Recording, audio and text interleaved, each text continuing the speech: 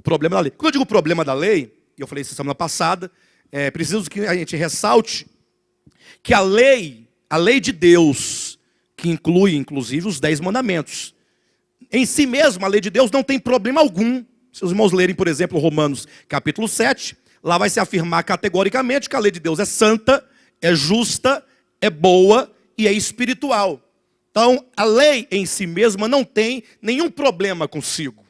Agora, uma vez que a lei não é compreendida pelas pessoas, ou seja, as pessoas leem a Escritura e encontram aqui na Escritura a presença da lei que Deus deu a Moisés no Monte Sinai, e as pessoas não conseguem identificar que a lei foi dada provisoriamente. A lei foi dada, ela foi adicionada no plano de Deus, no projeto de Deus, a fim de cumprir um propósito.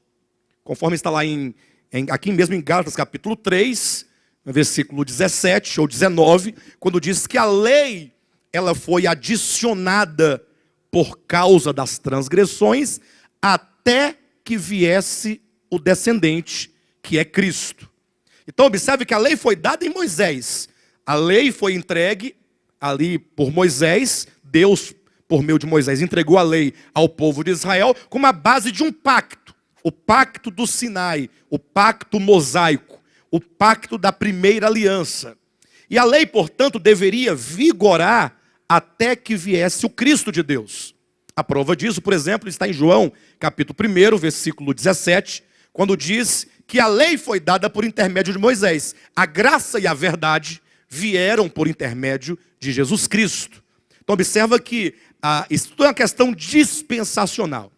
Então, na dispensação da lei, então vigorou a lei enquanto a base de relacionamento entre Deus e o seu povo de então.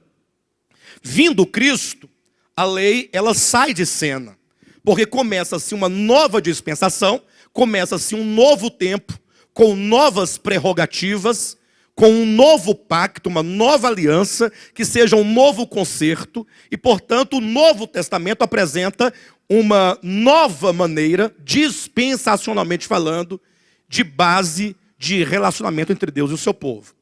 Por não compreender essa questão dispensacional, o que acontece? Alguns, ou que seja a maioria dos cristãos, querem trazer a lei na sua forma escrita, na sua forma de mandamento, como lá em Efésios capítulo 2, diz que a lei, na forma de mandamento, ela foi abolida.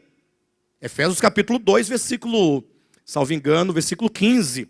A lei na forma de ordenança. Não é que não haja lei a partir de Cristo em diante. É que essa forma material, essa forma positivada, essa forma externa, essa forma que se pode ensinar de um para o outro, que se possa ter um mestre da lei, que se possa ter um sacerdote conduzindo a vida das pessoas, essa forma de lei, ela deixou totalmente, ela caducou-se na verdade. Ela não prevalece, não vigora mais no tempo do Novo Testamento. Não sabendo disso, os cristãos querem trazê-la para o Novo Testamento. Ou seja, eles creem que o sacrifício de Cristo é que nos salva.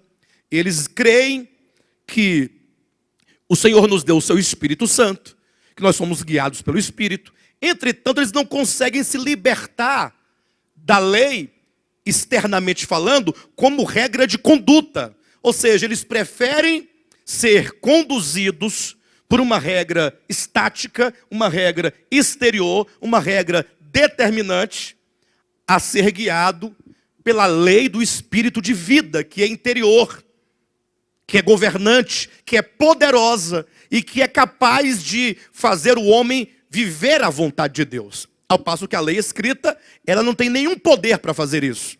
Então, quando se traz essa lei escrita na forma de mandamentos para o Novo Testamento, nesse caso a lei se torna um problema. Então, quando eu digo o problema da lei, não é o problema da lei em si, mas é o problema da lei quando não compreendida nessa visão das dispensações.